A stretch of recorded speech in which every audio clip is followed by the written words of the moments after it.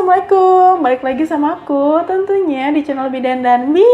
Oke, di video kali ini kita akan membahas tentang ibu hamil, yaitu berapa sih kenaikan berat badan yang normal pada ibu hamil. Nah, sebelum kita mulai membahasnya, buat yang baru mampir di channel ini atau yang belum subscribe dulu dong. Ayo klik untuk dukungan kalian pada channel YouTube dengan Bi ini. Makasih loh, makasih banget. Dan jangan lupa juga untuk diklik tombol loncengnya.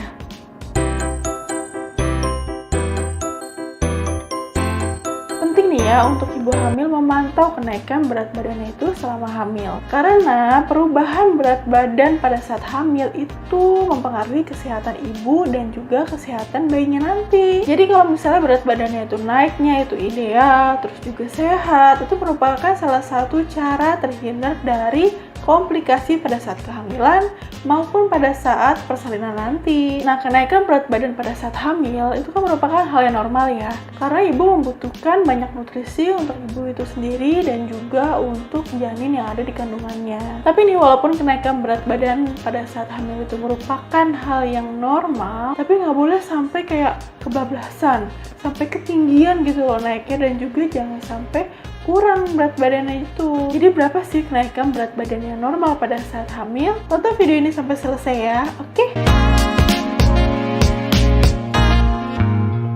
Jadi kenaikan berat badan yang diperlukan pada saat hamil itu tergantung dari IMT atau indeks massa tubuh ibu sebelum hamil gitu ya. Jadi bukan berat badan tapi IMT atau indeks massa tubuh. Nah, IMT ini atau indeks massa tubuh itu dibagi menjadi 4 bagian. Ada yang berat badannya tergolong kurus, ada juga berat badannya yang tergolong normal, terus juga ada yang kelebihan, dan juga ada berat badan yang masuk ke kategori obesitas. Jadi kenaikan berat badan yang diperlukan itu kan berdasarkan sama IMT tadi. Jadi kalau misalnya ibu udah ukur nih IMT ibu itu ternyata nilainya itu kurang dari 18,5, berarti berat badan ibu itu termasuk berat badan yang rendah gitu ya. Jadi kayak kurus gitu. Nah, berat badan yang diperlukan pada saat hamil nih, selama hamil itu adalah 12,5 sampai 18 kg. Terus kalau misalnya ibu ukur IMT ibu dan hasilnya itu adalah 18,5 sampai 24,9, berarti berat badan ibu termasuk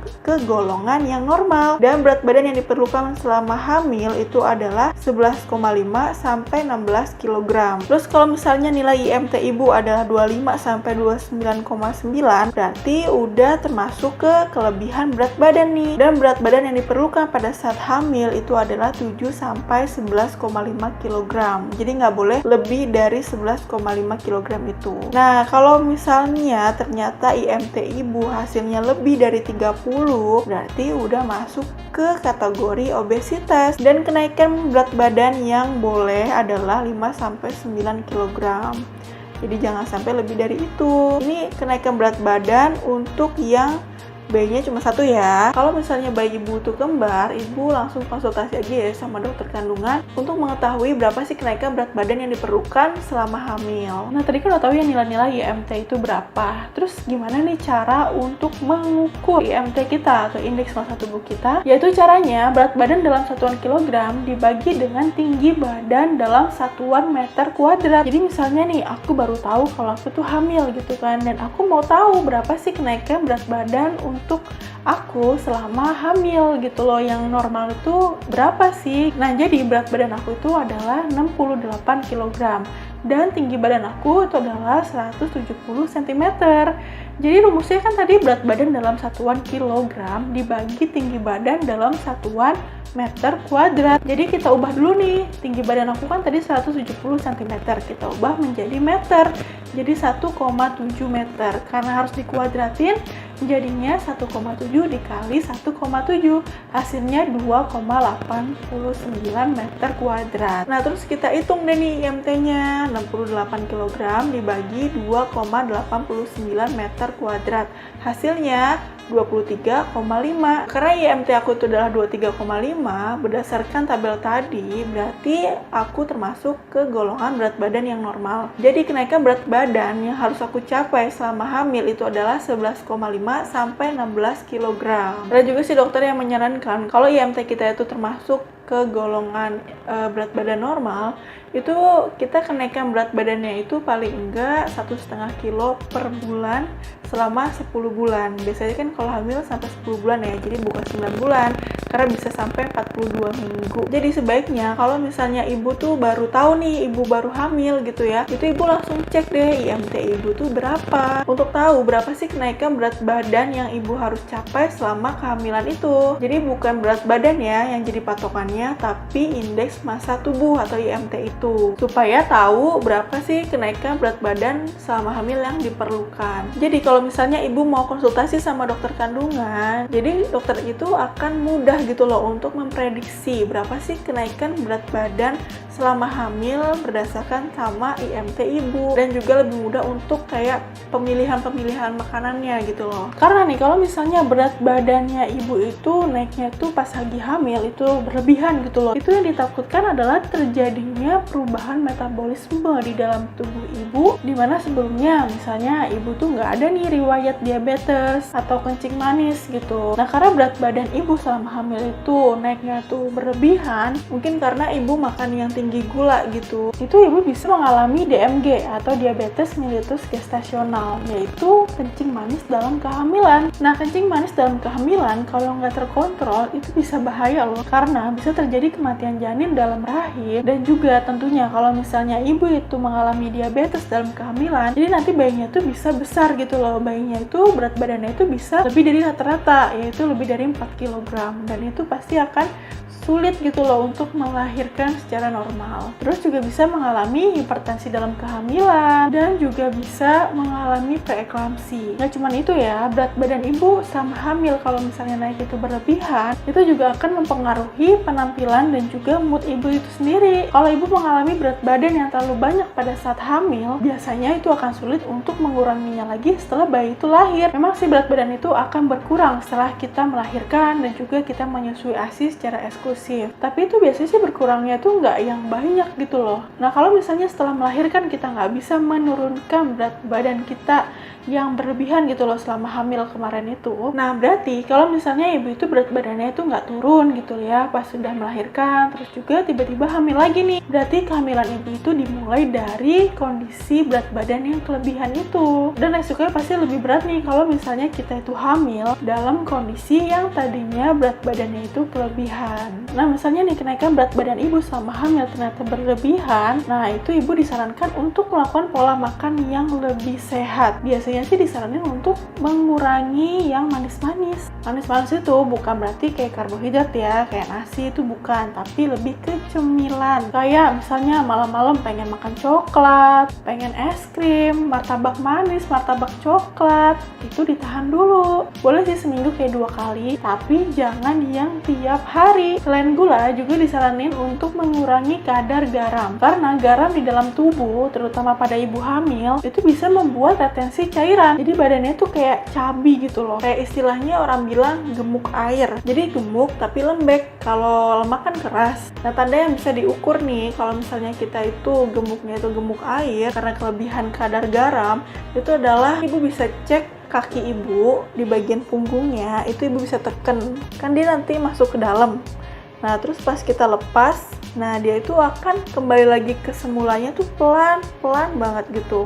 Nah itu kalau misalnya pelan, berarti ibu mengalami gemuk air ini karena kelebihan dari kadar garam. Kenapa sih baliknya itu bisa pelan-pelan? Karena cairan itu berkumpul di bawah kulit. Itu semua tuh akan membuat beban badannya secara keseluruhan bertambah. Jadi biasanya kurangi dulu kadar garamnya. Nah selain hindari makanan yang mengandung gula yang tinggi, terus juga kurangi kadar garam, juga kurangi makanan yang mengandung lemak. Biasanya kalau misalnya ibu itu dari awal emang udah masuk ke kategori obesitas gitu loh, atau kelebihan berat badannya, itu biasanya sih akan dianjurkan untuk konsultasi sama spesialis dokter gizi klinik, karena memang harus benar-benar diatur gitu loh pola makannya. Nah pada trimester 1 sebelum kehamilan 12 minggu itu kan biasanya ibu mengalami mual muntah ya, apalagi ada yang berlebihan juga. Nah itu nggak ada yang makanan yang dibatasin, jadi apapun boleh asal aman. Jadi bukan berarti apapun boleh, misalnya ibu maunya rujak gitu ya, atau yang pedas-pedas gitu, itu kan justru asam sama pedas itu bisa meningkatkan asam lambung,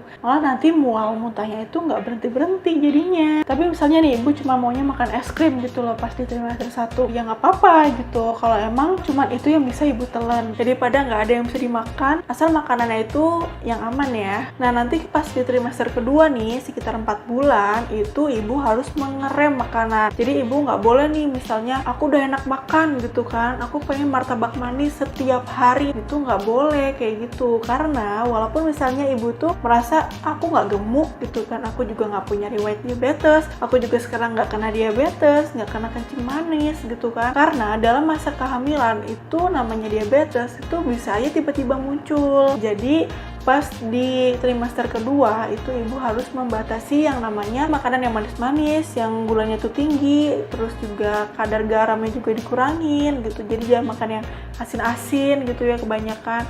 Kalau misalnya mau cicip dikit juga nggak apa-apa, tapi jangan yang sering-sering sampai kayak tiap hari gitu. Nah bukan cuma nggak boleh berat badannya itu berlebihan gitu ya naiknya, tapi juga nggak boleh kurang nih berat badannya selama hamil. Kalau misalnya kurang berat badannya, jadi naiknya tuh kayak dikit banget, itu juga nanti akan beresiko terhadap bayinya. Jadi nanti bayinya tuh kurang nutrisinya dan bisa menyebabkan BBLR atau berat badan bayi lahir rendah. Jadi nanti lahirnya tuh kurang dari 2,5 kg. Atau juga bisa mengalami IUGR atau intrauterine growth retraction, atau perkembangan janinnya itu nggak sesuai sama usia kehamilannya. Dan bayi yang lahir dengan BBLR atau berat badan lahir rendah itu tentunya nanti akan ada masalah-masalah gitu loh dibanding sama bayi yang lahirnya itu berat badannya itu normal. Misalnya bayi ibu tuh BBLR gitu ya, itu rentan mengalami kuning atau hiperbilirubin, lebih rentan mengalami hipertermia atau kedinginan, gula darahnya tuh bisa lebih rendah, dan bisa memiliki masalah-masalah perkembangan yang lainnya. Nah di trimester kedua nih, di atas 12 minggu itu kan biasanya kan mual muntahnya itu kan udah membaik gitu ya. Kalau misalnya nih ternyata terjadi penurunan nafsu makan, itu kenapa?